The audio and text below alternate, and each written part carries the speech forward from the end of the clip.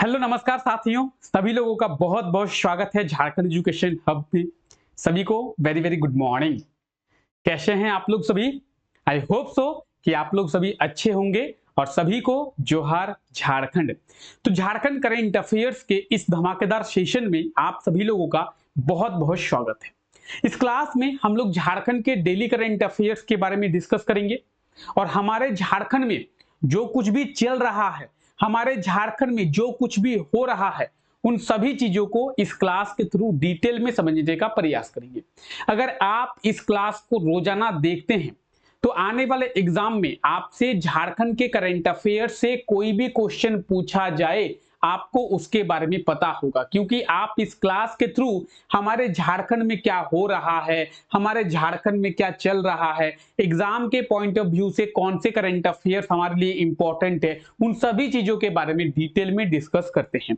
ये क्लास सुबह 5 बजे होती है रोजाना, तो इस क्लास को आप लोग मिस ना करें। इस क्लास में आप लोग डेली आए और क्लास में डेली झारखंड के करंट अफेयर्स के बारे में डिस्कस करें। चलिए क्लास को शुरू करते हैं। अगर आप झारखंड की किसी एग्जाम की तैयारी करते हैं जिसमें झारखंड के करंट अफेयर्स से क्वेश्चंस पूछा जाता है, तो फिर ये क्लास आप लोगों के लिए बहुत ही ज्यादा बेनिफिशियल रहने वाला है। इस क्लास में प्रॉपर झारखंड के सभी करंट अफेयर्स के बारे में हम लोग डिटेल में डिस्कस करते हैं। तो चलिए देर ना करते हुए हम लोग अपने आज के इस क्लास को शुरू करते हैं और देखते हैं आज का हमारा पहला करंट अफेयर। आज का हमारा पहला करंट अफेयर है कि झारखंड सरकार के द्वारा जो वर्ल्ड ट्रेड सेंटर का निर्माण किया जा रहा है, उसकी राशि को 44 करोड़ से बढ़ाकर 50 करोड़ कर दिया गया है। ठीक है, अब क्या हुआ है आइए इसके बारे में हम लोग जानते हैं। सबसे पहले क्या हुआ, सबसे पहले झारखंड सरकार ने 2019 में, कब 2019 में हेमंत सोरेन की सरकार बनती है, यानी जेएमएम पार्टी की सरकार झारखंड में बनती है, जिसके मुख्यमंत्री बनते हैं हेमंत सोरेन। तो हेमंत सोरेन 2019 में झारखंड के मुख्यमंत्री बनते हैं। उसके बाद हेमंत सोरेन के द्वारा केंद्र सरकार से एक वर्ल्ड ट्रेड सेंटर की मांग की गई। केंद्र में बीजेपी की सरकार चल रही थी, नरेंद्र मोदी जो है वो प्रधानमंत्री 2019 में फिर से बने थे। ठीक है, तो हेमंत सोरेन ने केंद्र से मांगा क्या, एक वर्ल्ड ट्रेड सेंटर की। झारखंड में कोई भी वर्ल्ड ट्रेड सेंटर नहीं है, इसीलिए हम लोग झारखंड में एक वर्ल्ड ट्रेड सेंटर की मांग करते हैं। केंद्र सरकार झारखंड में एक वर्ल्ड ट्रेड सेंटर का निर्माण करवाए। ठीक है, तो जब हेमंत सोरेन ने सेंट्रल गवर्नमेंट से यानी मोदी गवर्नमेंट से वर्ल्ड ट्रेड सेंटर की मांग की, तो मोदी गवर्नमेंट ने उसे पास कर दिया और मोदी गवर्नमेंट के द्वारा यानी सेंट्रल गवर्नमेंट के द्वारा, बीजेपी के द्वारा क्या कहते हैं, वर्ल्ड ट्रेड सेंटर के लिए झारखंड सरकार को राशि दी गई। कितनी राशि? तो 44 करोड़ की राशि दी गई। झारखंड सरकार को कहा गया कि आप क्या करें, जगह चिन्हित करें, जगह चिन्हित करने के बाद आप वर्ल्ड ट्रेड सेंटर का निर्माण करें। अब आपके मन में एक क्वेश्चन आ रहा होगा कि सर हम लोग वर्ल्ड ट्रेड सेंटर के बारे में जान रहे हैं, ये वर्ल्ड ट्रेड सेंटर है क्या? कोई बात नहीं, आगे हम लोग वर्ल्ड ट्रेड सेंटर के बारे में डिस्कस करेंगे। अभी सिनेरियो क्या रहा वो समझिए। 2019 में जब वर्ल्ड ट्रेड सेंटर का टेंडर जो है वो पास हो गया, केंद्र सरकार के द्वारा झारखंड सरकार को राशि दी गई। उसके बाद कोरोना आ जाता है, जिसके बाद 2020 में पूरा साल जो है वो कोरोना रहता है। 2021 में भी कोरोना का इफेक्ट जो है देखने को मिलता है। तो 2019 में राशि केंद्र सरकार के द्वारा झारखंड सरकार को दी गई। 2019 में वर्ल्ड ट्रेड सेंटर का काम शुरू नहीं हो पाया। 2020 में भी वर्ल्ड ट्रेड सेंटर का काम शुरू नहीं हो पाया। 2021 में भी वर्ल्ड ट्रेड सेंटर का काम जो है वो शुरू नहीं हो पाया। फाइनली 2022 में मुख्यमंत्री हेमंत सोरेन जी के द्वारा वर्ल्ड ट्रेड सेंटर का शिलान्यास किया जाता है और वर्ल्ड ट्रेड सेंटर का काम जो है वो झारखंड में शुरू होता है, जो कि झारखंड का पहला वर्ल्ड ट्रेड सेंटर होता है। उसके बाद केंद्र सरकार ने जो 44 करोड़ की राशि झारखंड सरकार को दिया था वर्ल्ड ट्रेड सेंटर के निर्माण के लिए, वो 44 करोड़ की राशि केंद्र सरकार ने वापस ले लिया। अब झारखंड सरकार के पास फंड नहीं है वर्ल्ड ट्रेड सेंटर निर्माण के लिए। अब केंद्र सरकार ने जब वापस लिया तो क्या कहा, क्यों वापस लिए, एक रीजन तो दिया होगा। तो केंद्र सरकार ने कहा कि हमने आपको 3 साल का समय दिया, हमने आपको पैसा दिया, लेकिन आपको पैसा मिलने के बाद भी आप वर्ल्ड ट्रेड सेंटर का काम जो है वो नहीं करवा सके, इसीलिए जो राशि आपको दिया गया है उस राशि को फिर से वापस लिया जाता है और केंद्र सरकार ने 44 करोड़ की राशि जो है वो वापस ले लिया। ठीक है, जब केंद्र सरकार ने 44 करोड़ की वापस ले ली तो वर्ल्ड ट्रेड सेंटर का काम जो है वो रुक गया। वर्ल्ड ट्रेड सेंटर का काम जब रुक गया 2022 में शुरू हुआ और लास्ट में जाके रुक गया। उसके बाद हेमंत सोरेन ने यह फैसला लिया कि हम जो है वर्ल्ड ट्रेड सेंटर का काम शुरू करेंगे और झारखंड सरकार इसके लिए फंड देगी, यानी झारखंड सरकार अपने फंड से झारखंड में वर्ल्ड ट्रेड सेंटर का निर्माण करवाएगी। ठीक है, यहां तक सब कुछ सही रहता है। उसके बाद क्या होता है, उसके बाद हेमंत सोरेन जी की गिरफ्तारी होती है और वर्ल्ड ट्रेड सेंटर का काम फिर से रुक जाता है। उसके बाद चंपाई सोरेन झारखंड के मुख्यमंत्री बनते हैं और अब जो है चंपाई सोरेन के द्वारा इसका बजट बढ़ाया गया है। 44 करोड़ से 50 करोड़ की राशि की गई है वर्ल्ड ट्रेड सेंटर की।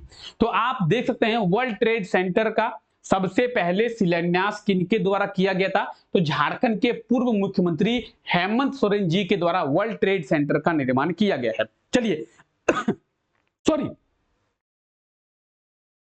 सॉरी अब जानते हैं कि वर्ल्ड ट्रेड सेंटर आखिर है क्या। देखिए, एक ऐसी जगह जहां से व्यापार से रिलेटेड, ट्रेड से रिलेटेड सभी मूलभूत सुविधाएं उपलब्ध कराई जाती है।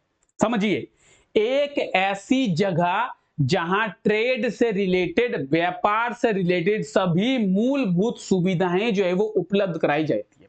वहां पे आपको गोडाउन्स मिलेंगे, वहां पे आपको पेट्रोल पंप्स मिलेंगे, वहां पे आपको रहने के लिए होटल्स मिलेंगे, रेस्टोरेंट मिलेंगे, सभी चीजें मिलेगी। तो उसे कहते हैं वर्ल्ड ट्रेड सेंटर। ट्रेड से लेकर, ट्रेड से रिलेटेड सभी मूलभूत सुविधाएं जो है वहां पे मिलती है। तो ये आप देख सकते हैं हेमंत सोरेन जी के द्वारा सबसे पहले वर्ल्ड ट्रेड सेंटर का जो शिलान्यास है वो किया गया है। ठीक है, अब एक और पॉइंट आता है कि सर वर्ल्ड ट्रेड सेंटर का निर्माण कहां पे किया जा रहा है झारखंड में, तो रांची में वर्ल्ड ट्रेड सेंटर का निर्माण किया जा रहा है। 44 करोड़ की राशि को बढ़ाकर 50 करोड़ कर दिया गया है। 29 जुलाई 2022 में पूर्व मुख्यमंत्री हेमंत सोरेन जी के द्वारा वर्ल्ड ट्रेड सेंटर का शिलान्यास जो है वो किया गया था। रांची में 3.45 एकड़ भूमि पर इस वर्ल्ड ट्रेड सेंटर का जो निर्माण है वो किया जा रहा है। तो इस चीज को आप लोग ध्यान में रखेंगे। ठीक है, रांची में 3.45 एकड़ की भूमि पर वर्ल्ड ट्रेड सेंटर का निर्माण किया जा रहा है। आई होप सो कि पहला करंट अफेयर आप लोगों को डिटेल में समझ में आया होगा और इस करंट अफेयर से रिलेटेड कोई भी क्वेश्चन अगर आप लोगों से पूछा जाए एग्जाम में तो उसके बारे में आपको पता होगा कि कहां पे वर्ल्ड ट्रेड सेंटर का निर्माण किया जा रहा है। रांची में सबसे पहले वर्ल्ड ट्रेड सेंटर का शिलान्यास किनके द्वारा किया गया था, हेमंत सोरेन के द्वारा। कब किया गया था, 29 जुलाई 2022 में। रांची में कितने जमीन पर वर्ल्ड ट्रेड सेंटर का निर्माण किया जा रहा है, 3.45 एकड़ जमीन पर। वर्ल्ड ट्रेड सेंटर बनाने के लिए सबसे पहली राशि कितनी दी गई थी, 44 करोड़ की राशि दी गई थी। तो सभी चीजें आपको पता होगा। ठीक है, आप यहाँ पे रिटन फॉर्मेट में सभी चीजों को देख पा रहे हैं। अगर आप चाहें तो इसका स्क्रीनशॉट ले सकते हैं। बाकी पूरा कंटेंट आपको पीडीएफ में मिल जाएगा। पीडीएफ आपको कहां पे मिलेगा आगे हम लोग डिस्कस करेंगे। तो आप चाहें तो यहां से भी स्क्रीनशॉट लेके अपने नोट्स बना सकते हैं। बाकी इसका पूरा पीडीएफ आप लोगों को मिल जाएगा। ठीक है, चलिए आगे बढ़ते हैं। और अगर आप लोगों को क्लास अच्छा लग रहा है तो क्लास को लाइक भी जरूर कर दें। ठीक है, आइए, पीएम श्री योजना के तहत झारखंड के 568 स्कूल का जो चयन है वो किया गया है। बहुत गर्मी है और इस गर्मी में भी आप लोगों के लिए क्लासेस ली जा रही है, तो एक बार क्लास को लाइक कर दें। ठीक है, पीएम श्री योजना, ये कौन सी योजना है? पीएम श्री योजना के तहत सरकारी स्कूलों का चयन केंद्र सरकार के द्वारा किया जाता है और इन सरकारी स्कूलों को एक मॉडल स्कूल के रूप में डेवलप किया जाता है। ठीक है, तो पीएम श्री योजना के तहत झारखंड के कितने स्कूल का चयन किया गया है? 568 स्कूल का चयन झारखंड का किया गया है। इस चीज को आप लोग याद रखेंगे कि पीएम श्री योजना के तहत झारखंड के 567 स्कूल, 568। ठीक है, देश भर के कितने? तो देश भर के 14,500 स्कूलों का चयन किया गया। पूरे देश से 14,500 स्कूल और झारखंड से 568 स्कूल का चयन जो है वो किया गया है। तो आप यहाँ पे पीएम श्री योजना के बारे में देख सकते हैं कि देश भर से 14,500 स्कूल्स का जो चयन है वो किया गया है। सेम चीजें आपको यहाँ पे रिटन फॉर्मेट में मिल जाएगी कि पीएम श्री योजना के तहत 568 स्कूल का चयन झारखंड से किया गया है। पूरे देश भर से 14,500 स्कूल का चयन किया गया है। झारखंड में सबसे पहले 325 स्कूल का चयन किया गया था पीएम श्री योजना के तहत। उसके बाद में 243 स्कूल को और बढ़ाया गया है और फाइनली 568 स्कूल्स का चयन झारखंड से किया गया है। ठीक है, तो ये था आज का हमारा दूसरा करंट अफेयर। आई होप तो आपको समझ में आ गया होगा और आप लोग चाहें तो इसका भी स्क्रीनशॉट ले सकते हैं, जिससे आप अपने नोट्स जो है बहुत ही इजीली से बना पाएंगे। बाकी इसका पीडीएफ भी आप लोगों को मिल जाएगा। चलिए आगे बढ़ते हैं और हमारा अगला करंट अफेयर है कि झारखंड की अंतर्राष्ट्रीय फुटबॉल खिलाड़ी हैं कौन? अष्टम उरांव। इनका चयन भारतीय फुटबॉल टीम में किया गया है। तो आप देख सकते हैं झारखंड की अंतर्राष्ट्रीय फुटबॉल खिलाड़ी अष्टम उरांव का चयन भारतीय फुटबॉल टीम में किया गया है। अष्टम उरांव की बात करेंगे, आप लोग अष्टम उरांव के बारे में बहुत बार सुने होंगे। अगर आप लोग इस क्लास को करते हैं या फिर आप झारखंड के करंट अफेयर्स के बारे में पढ़ते होंगे तो आपको अष्टम उरांव के बारे में पता है। इनफैक्ट आपको झारखंड के सभी खिलाड़ियों के बारे में पता होगा। ठीक है, तो फिलहाल हम लोग बात कर रहे हैं अष्टम उरांव की। अष्टम उरांव का चयन भारतीय फुटबॉल टीम में किया गया है। ठीक है, तो इन्हें आप लोग जरूर याद रखेंगे। सेम चीजें आपको यहाँ पे रिटन फॉर्मेट में मिल जाएगी, जिससे आप अपने नोट्स जो है बहुत ही इजीली बना पाएंगे। ठीक है, चलिए आगे बात करते हैं। धनबाद में है क्या? पंचित डैम। धनबाद में पंचित डैम भी है, धनबाद में माइथन डैम भी है। अगर आप लोग चाहें तो जाके घूम सकते हैं। तो धनबाद में है पंचित डैम, जो कि धनबाद और वेस्ट बंगाल, झारखंड वेस्ट बंगाल के बॉर्डर में पड़ता है। पंचित डैम के बाद जो है वेस्ट बंगाल पड़ जाता है, यानी वेस्ट बंगाल में एंट्री होती है। ठीक है, जो पंचित डैम जो है वो बीच में है। पंचित डैम के बाद आप वेस्ट बंगाल एंटर कर जाएंगे। तो पंचित डैम की बात करेंगे, किस नदी पर है? पंचित डैम दामोदर नदी पर बना हुआ है। याद रखेंगे क्योंकि एग्जाम में क्वेश्चन पूछा जाता है कि पंचित डैम जो है वो किस नदी पर बना हुआ है? दामोदर नदी पर बना हुआ है। वहीं पे पंचित से दूर एक और डैम है जिसका नाम है माइथन डैम, और माइथन डैम जो है वो बराकर नदी पर है। ठीक है, माइथन डैम बराकर नदी पर है, पंचित डैम दामोदर नदी पर है। और ये जो है मेरा खुद का होम टाउन है। ठीक है, माइथन की बात करें, पंचित की बात करें या फिर धनबाद की बात करें, वो तो मेरा होम टाउन है। ठीक है, तो आपके सर जो है वो धनबाद से बिलोंग करते हैं, झारखंड के धनबाद जिले से बिलोंग करते हैं। चलिए अब हम लोग बात कर रहे हैं किसकी? पंचित डैम की। तो पंचित डैम में झारखंड का दूसरा सोलर पावर पैनल को लगाया जा रहा है और झारखंड के दूसरे सोलर पावर प्लांट की स्थापना पंचित डैम में की जा रही है। आप कुछ इस प्रकार से देखेंगे, पानी में सोलर पावर पैनल को लगाया जा रहा है जिससे कि इजीली सोलर से हम लोग बिजली का उत्पादन कर पाएंगे। ठीक है, अब आपके मन में एक क्वेश्चन आ रहा होगा या फिर आपके मन में एक क्वेश्चन आना चाहिए क्या, कि सर हम लोग सोलर पैनल जमीन में भी लगा सकते हैं?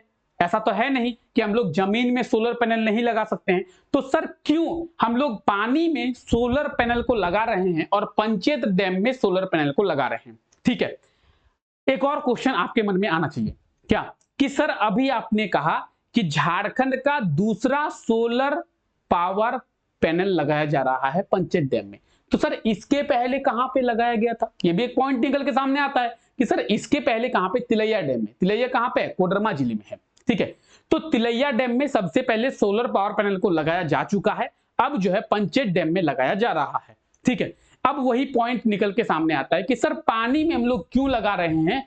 इससे लैंड की बचत होती है। आप बोलेंगे सर मतलब, चलिए आप क्या किए, आप अपने घर के छत के ऊपर सोलर पावर पैनल लगा दिए।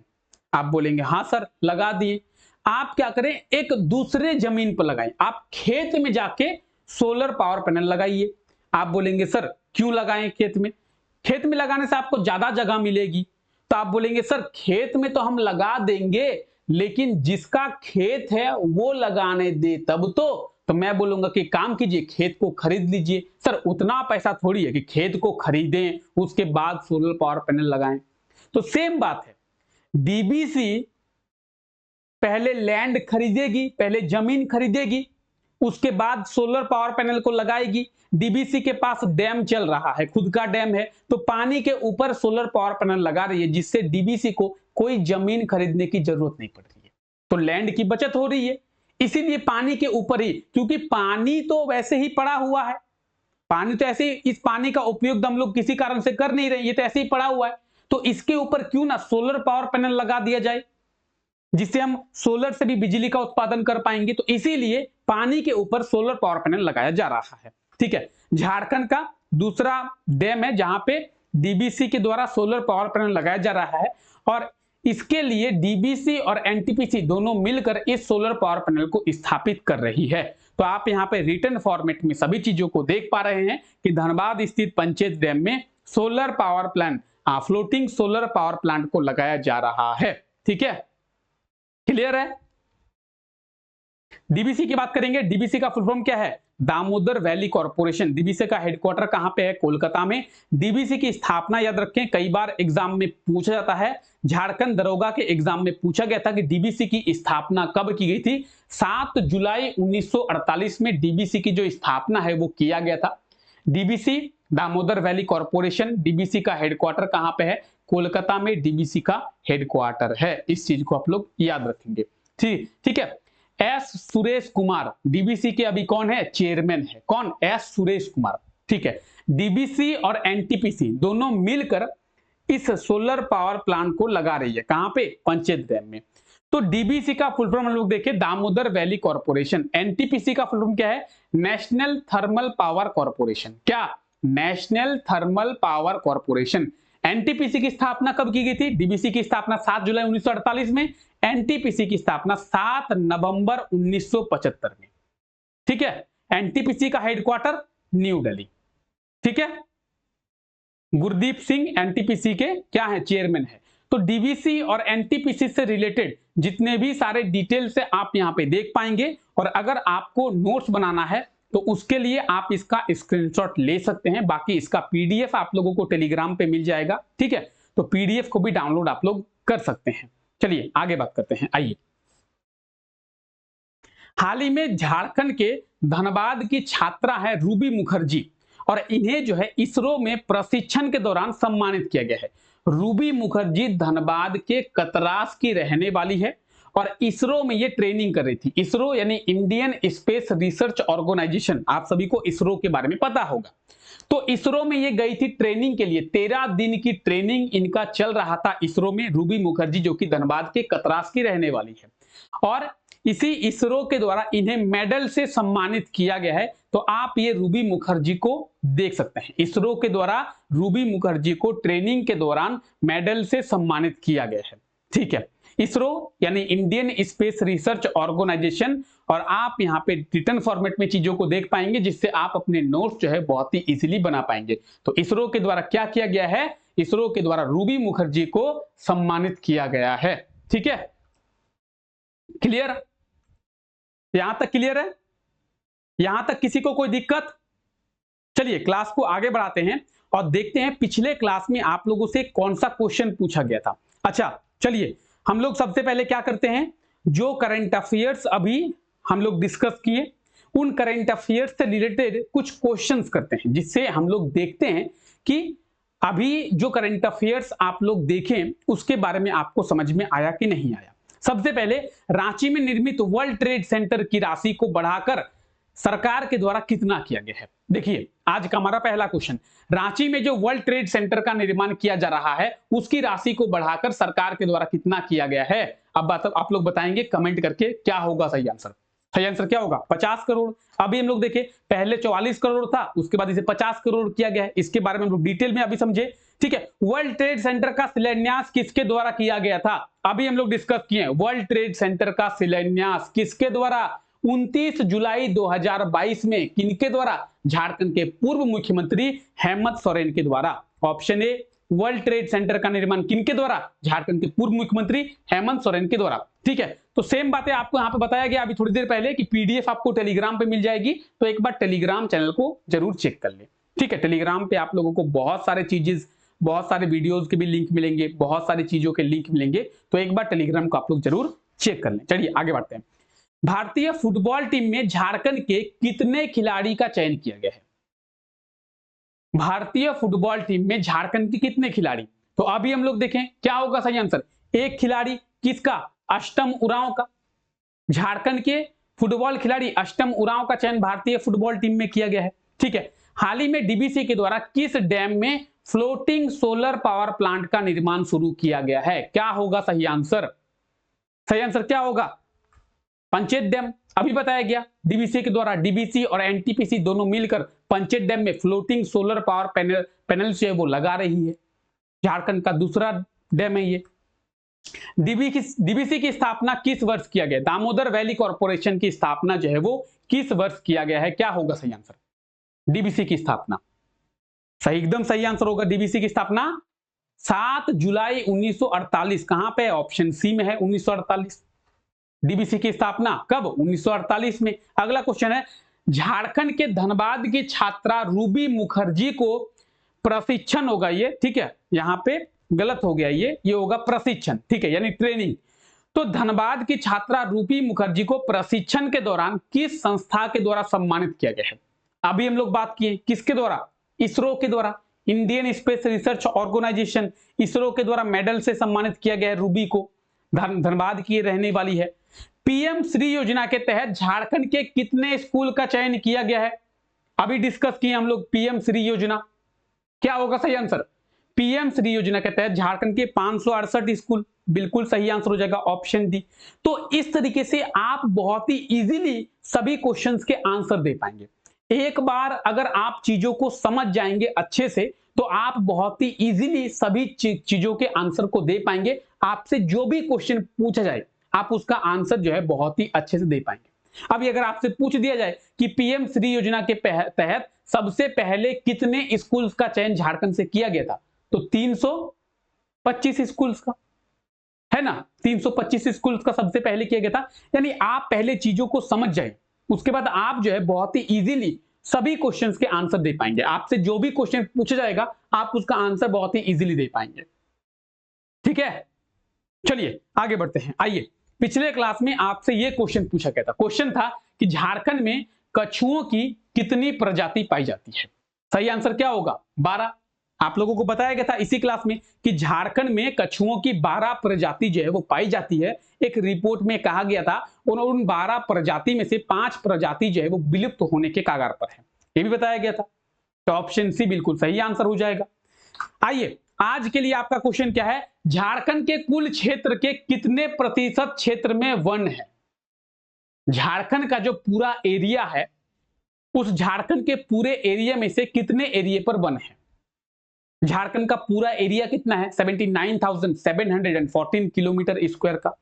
तो कितने क्षेत्र में वन है उसका एरिया भी आप लोग बताएंगे और परसेंटेज भी बताएंगे। ऑप्शन ए, बी, सी या डी क्या होगा सही आंसर? ये तो आप लोग कमेंट करें ही, लेकिन उसका क्षेत्र कितना है, कितने किलोमीटर स्क्वायर का एरिया है, ये भी आप लोग कमेंट करके बताएंगे। साथ ही साथ आप लोग ये भी कमेंट करेंगे झारखंड में सबसे ज्यादा वन किस जिले में है, झारखंड में सबसे कम वन किस जिले में है, झारखंड में सबसे ज्यादा घने वन कौन से जिले में है। तो सभी चीजों के बारे में डिटेल में कमेंट करने का प्रयास करें। आप उस चीज के बारे में जितना डिटेल में जानते हैं उतना डिटेल में कमेंट करने का प्रयास करें। ठीक है, चलिए तो फिलहाल आज के लिए इस क्लास को यहीं तक रखते हैं। अगर आपको आज का ये क्लास अच्छा लगा है तो क्लास को लाइक कर दे, और अगर आप इस क्लास को पहली बार देख रहे हैं, हमारे साथ इस चैनल पे पहली बार जुड़े हैं, तो चैनल को सब्सक्राइब कर दे, साथ ही साथ बेल आइकन को भी जरूर प्रेस करें ताकि हमारे लेटेस्ट क्लासेस के नोटिफिकेशन आप लोगों को मिल पाए। तो चलिए फिलहाल आज के इस क्लास को यहीं तक रखते हैं। आप सभी लोगों का बहुत बहुत शुक्रिया इस क्लास का हिस्सा बनने के लिए। मिलते हैं आप लोगों से नेक्स्ट क्लास में, तब तक के लिए thank you, take care, bye bye.